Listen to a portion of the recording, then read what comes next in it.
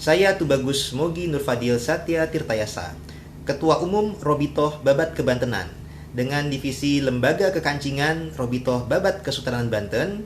Dalam video kali ini hendak mengklarifikasi hal-hal yang beredar di media sosial, terutama tentang masalah kebantenan.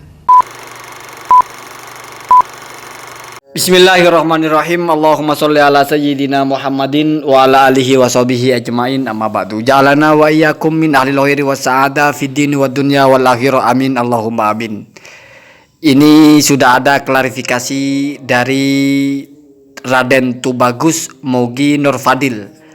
Sebagaimana di konten sebelumnya saya memetakan apa yang terjadi dari mulai ketika orang dari Nadir Kesultanan Banten angkat suara tentang sertifikat nasab guru sekumpul, lalu diminta orang yang mengupload itu untuk memberikan klarifikasi, dan ini hari ini sudah ada klarifikasinya. Kalau ingin tahu seperti apa utuhnya, sudah ada di kontennya Hanif Farhan, Gus Hanif. Tetapi secara garis besar di sini bisa saya simpulkan bahwasanya beliau ini menegaskan kalau nakobah bahasanya ya, atau pencatatan nasab yang dikeluarkan itu adalah legal, artinya resmi ya, menggunakan istilah kekancingan atau apa ya, ada di situ penamaannya ada ya.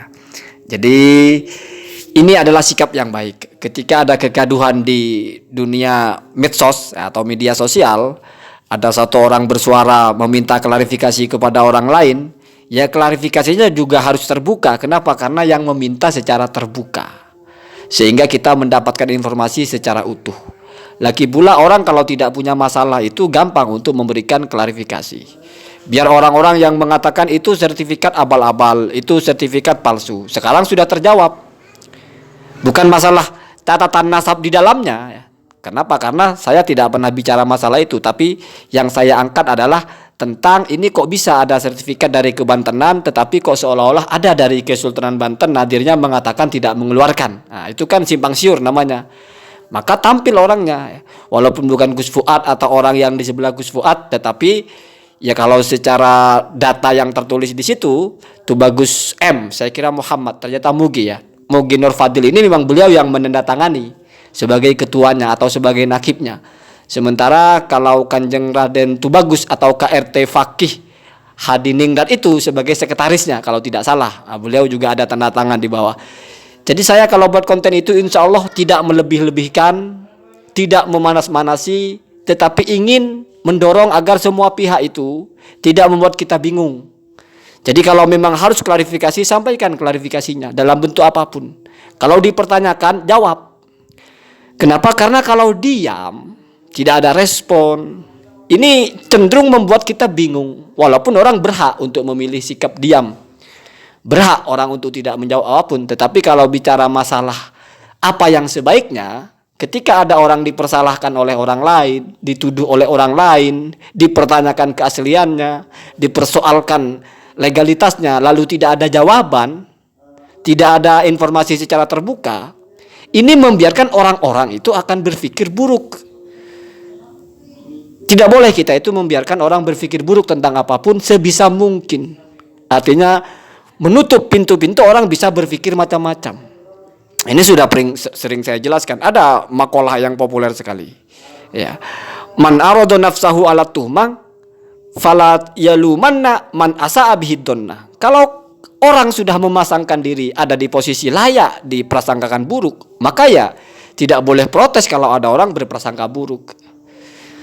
Ya, kamu misalnya bukan pemabok, bukan perempuan yang pelacur, tapi tiap malam bolak-balik keluar dari rumah pelacuran. Tiap malam bolak-balik bawa gelas berisi air putih, padahal bolak-balik keluar dari tempat minum minuman keras ya. Ya orang akan menyangka seperti itu. Terus manfaatnya apa seperti itu? Kecuali ada tujuan-tujuan tertentu. Wallahu alam, saya bicara standarnya ya. Jadi pihak manapun memang idealnya kalau diminta untuk memberikan klarifikasi itu langsung. Kenapa saya bahas ini? Seolah-olah tidak penting. Saya hanya ingin melengkapi puzzle dari konten saya. Ketika saya bicara tentang Naat, kemudian tentang Habib Aventador, lalu ada klarifikasinya, saya utuhkan semuanya menjadi pembahasan yang utuh. biar konten itu menyajikan informasi setidaknya secara kerangkanya lengkap, walaupun mungkin tidak akan menjawab secara detail. Bagaimana keabsahan nasabnya? Apakah sudah diperiksa dengan metodenya Ki Haji Imaduddin? Wah, terlalu jauh. Saya tidak pernah bicara seperti itu ketika bicara tentang klarifikasi. Tetapi cuma menanggapi ada suara dari orang yang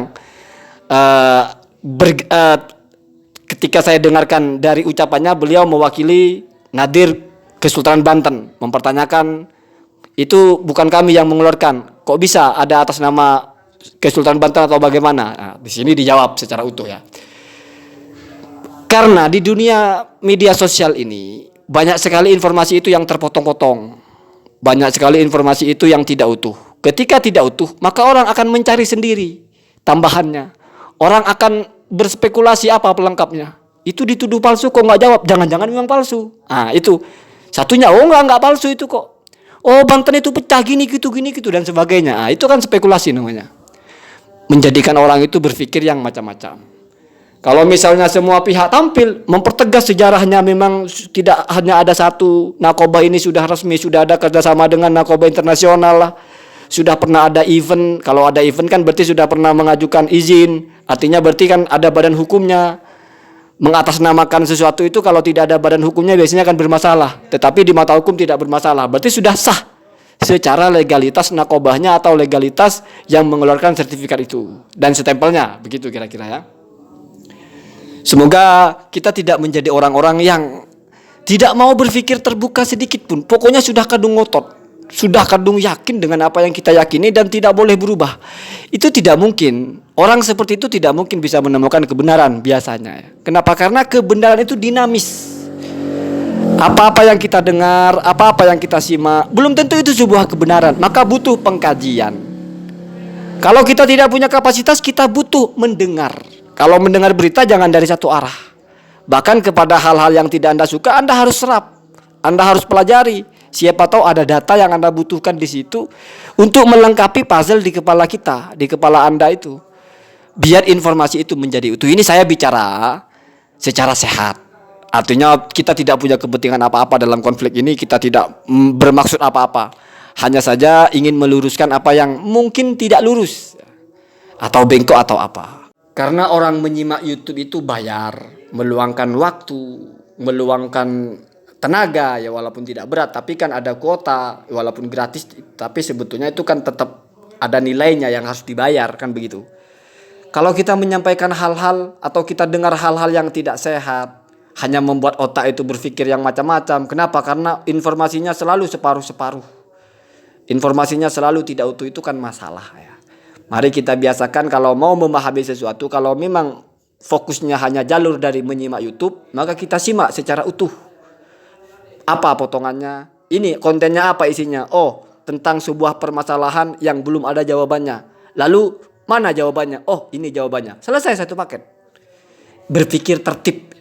Perkara kita percaya tidak percaya urusan lain. Setidaknya ketika kita menjelaskan itu utuh. Ini sertifikatnya, ini stempelnya, ini dikeluarkan dari apa? Lembaga ini. Apa status lembaganya? Sah. Sudah selesai. Ya, setidaknya seperti itu. Kecuali kalau kamu punya kepentingan yang lebih, ingin lebih tahu lebih pasti, ya tidak boleh lewat YouTube. Turun langsung, terjun ke lapangan ya. Periksa ke sana langsung ya. Interview langsung, riset langsung ya. Kalau saya kan tidak punya kepentingan tentang itu ya. Saya hanya ingin menyampaikan apa yang bisa saya rumuskan.